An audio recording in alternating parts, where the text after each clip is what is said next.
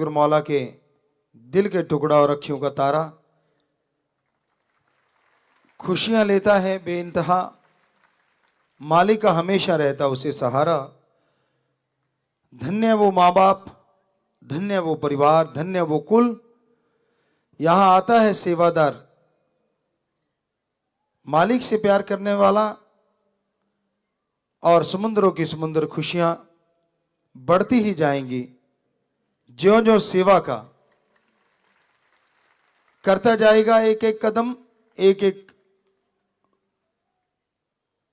दिन आप लगाएं, एक एक मिनट आप लगाते हैं, मालिक उसके बदले में खुशियों से माला माल लवरेज करते जाएंगे, कोई कमी आने नहीं पाएगी। आशीर्वाद आशीर्वाद। बस कुछ एक बातें कोशिश किया करो, कम से कम सेवादार 15 मिनट सुबह 15 मिनट शाम को सुमरन जरूर किया करो, भक्ति किया करो कम से कम।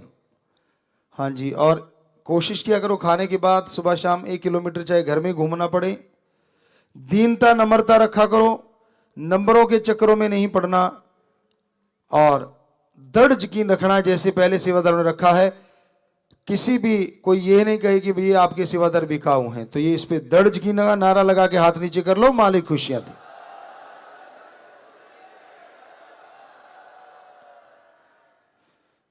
जो राम से प्यार करते हैं और राम से सब कुछ हासिल करते हैं, वो किसी भी लोभ लालच में कभी आते ही नहीं, कभी भी दुनिया के इशारे पे चलते नहीं, जो राम के इशारों पे चला करते हैं।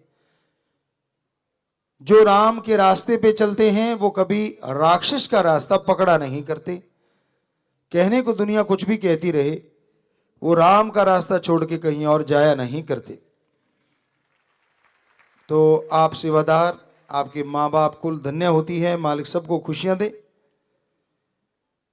रिश्तों में पवित्रता जरूरी है सेवादारों। पति पत्नी का रिश्ता जायज है, उसके प्रति भी आपकी भावना सही होनी चाहिए। इसके अलावा अति पवित्र भावना अपने बहन भाई माँ बाप परिवार के साथ आपको 100% अमल करना है, ताकि समाज के बाकी लोग आपको फॉलो करें और देखें कि हाँ ये लोग इतने रिश्तों के सच्चे हैं, तो वो भी आपको फॉलो करेंगे। और हो सकता है इसी वजह से वो लोग बुराइयां छोड़ने आ जाएं और नशा छोड़ दें, और बैठे बिठाए आपको घर में खुशियां मिल जानी है। और अपने घर में, डेरे में, आश्रम में जब आप आते हैं, या अपने उस घर में जिसमें आप रहते हैं, परिवार रहता है, बिल्कुल चकाचक रखा करें, साफ रखा करें। कई बार आप लोग कहते हैं गुरुजी, वैसे पहले भी आपको कई बार बताया कि पिताजी आप कैसे दिनचर्या शुरू करते हैं। कई बच्चे कहते हैं कि जी उसकी वीडियो भी दिखाओ। अब टाइम फुर्सत ही नहीं मिलती कि आपको वीडियो बना के दिखाएं, लेकिन हकीकत यही है कि अर्ली मॉर्निंग उठते हैं और सबसे पहला काम होता है जिस बिस्तर से उठे हैं उसकी सलवट निकालना। जो चद्दर खेस दरी जो भी है उसकी सलवट निकालें, हम निकालते हैं। और जो भी चद्दर ऊपर लेते हैं या कंबल ऊपर लेते हैं या रजाई, जैसे सर्दी ज़्यादा आती है, जैसा भी मौसम वैसा कपड़ा ऊपर लेते हैं सब लोग, तो हम भी लेते हैं। तो उसको सबसे पहले तय मारते हैं, सही तरीके से उसको रखते हैं, सलबटे निकालते हैं, और हर चीज़ अपने हाथों से अपनी करते हैं। तो आपको भी इन चीज़ों को फॉलो करना चाहिए। ये नहीं कि कोई भाई ये सोचे मैं तो उठ गया अब पत्नी संभालेगी, या पत्नी सोचे मैं तो उठ गई अब पति संभालेगा। जी नहीं, अपना बिस्तर है तो आप उसे अच्छे से संभालें। जिसके पास भी टाइम है, एक कोई काम करने निकल गया तो दूसरा संभाल लें। तो आप बिस्तर से अगर शुरुआत करिए तो पूरा घर कितना साफ होना चाहिए ये भी ध्यान दिया करो। ये नहीं कहीं जूता पड़ा है, कहीं जुराब लटक रही है, कहीं परना पड़ा है, कहीं बनाइन पड़ी है।